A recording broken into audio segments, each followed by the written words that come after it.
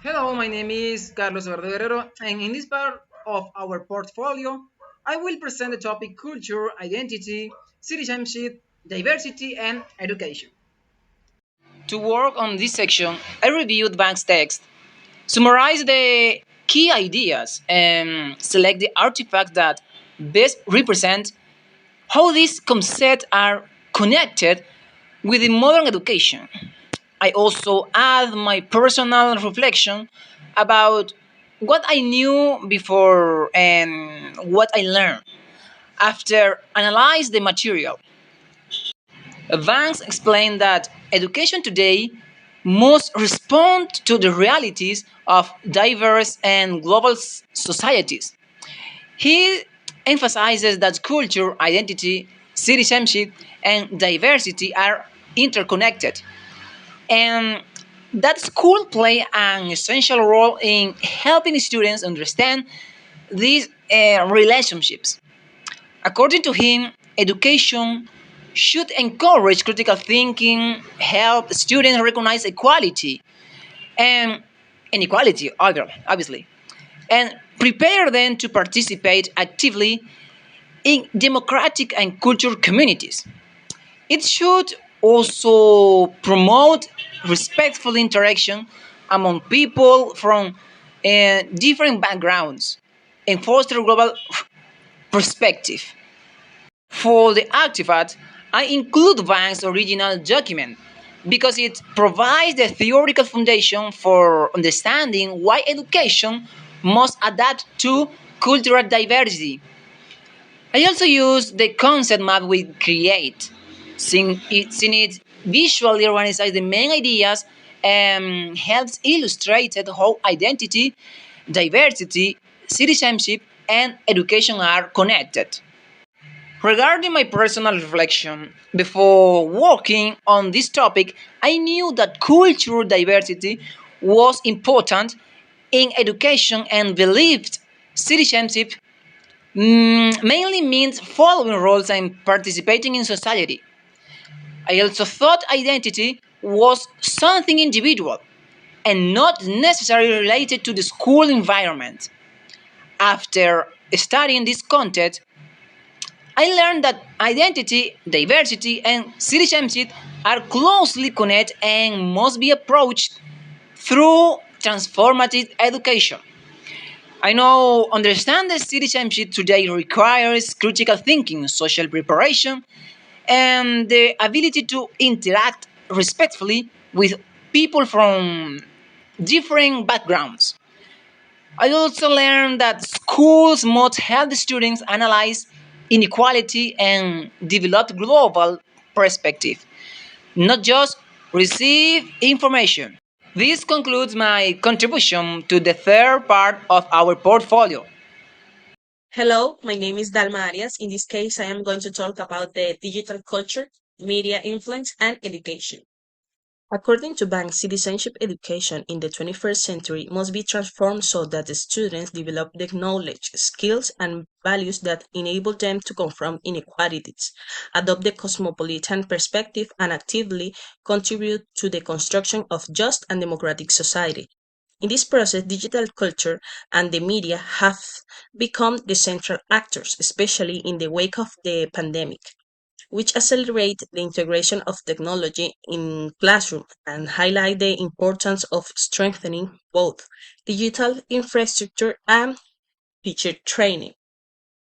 In contrast to Banks' document, this one highlights that technology has had positive impacts on education by improving students' performance and participation, promoting digital skills, encouraging autonomous learning, and enabling more personalized educational experiences. However, caution that digitalization should not be understood solely as a response to a crisis, but rather as an opportunity to build more equitable and resilient education systems that are in line with contemporary demands. Despite this advance, it's known that in many contexts the incorporation of ICT has been limited to replicating traditional practices digitally without achieving real pedagogical transformation, which generates overload and limited benefits. Furthermore, it is emphasized that digital media are not neutral. According to this video, they reflect that the biases, interests, and beliefs of those who produce them. An example of this can be seen in the following video on how the distorted representation of Black communities on television demonstrates how the media can negatively influence social perception. Therefore, it is essential to use technology in the classroom critically and consciously, recognizing both its advantages and its risks. Hello everyone, my name is Ryan Martinez, and in this part of the portfolio I will talk about cultural exchanges, future trends, and challenges. Let's see. Cultural exchanges are programs where students from different countries connect, learn, and share their cultures. They help people improve their language skills, understand other perspectives, and grow personally. Today, cultural exchanges are changing because of technology, globalization, and new educational needs. In the future, exchanges will probably be more digital, more accessible, and more focused on communication skills. However, there will also be challenges like economic inequality, political limits, and the need for strong intercultural skills. Um, my first artifact is a UNESCO document called Intercultural Competences, Conceptual and Operational Framework. This document explains the skills people need to participate in cultural exchanges, such as respect, empathy, and understanding. It helped me see that cultural exchanges are not only about traveling, but about building good communication between cultures. My second artifact is an OECD report called Trends Shaping Education. This report shows how technology and globalization will influence cultural exchanges in the future. It explains that many students may join virtual or hybrid exchange programs, and that financial and social inequality will continue to be big challenges. Before this topic, I knew that, well, uh, give me a moment. This is all right. Mm, Before, in this topic, I knew that cultural changes help students learn languages and experience new cultures. After working on this topic, I learned that changes are becoming more digital and more connected to global trends.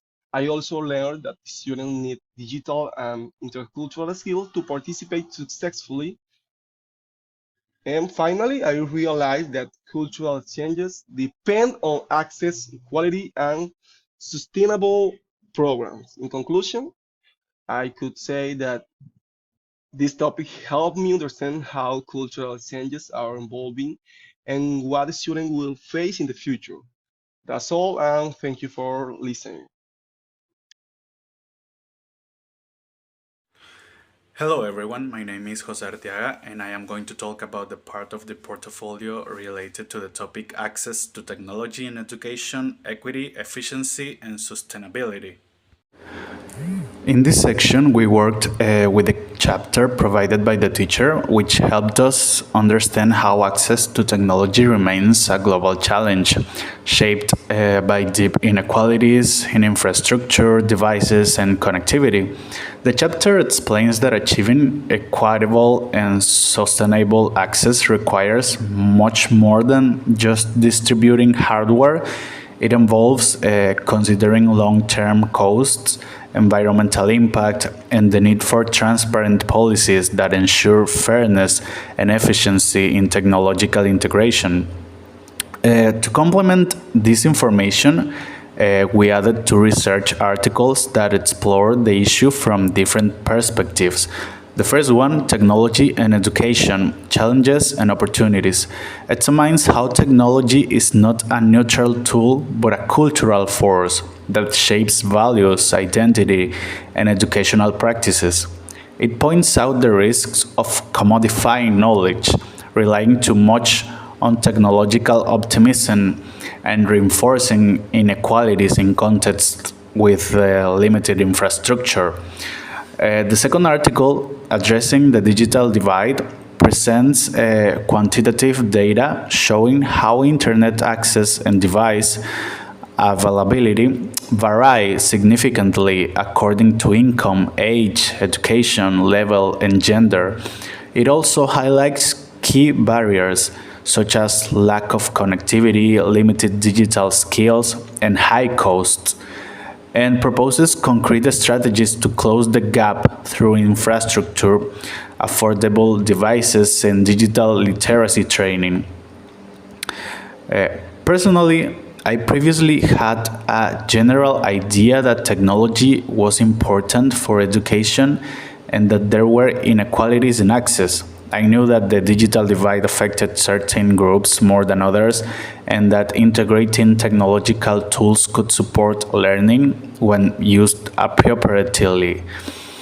After working with these documents, I learned that technology is a cultural force rather than a neutral tool, and that access gaps are deeper and shaped by economic, social, and educational factors. I also understood that integrating technology requires considering equity, sustainability, and proper training, meaning that closing the digital divide goes far beyond simply providing devices.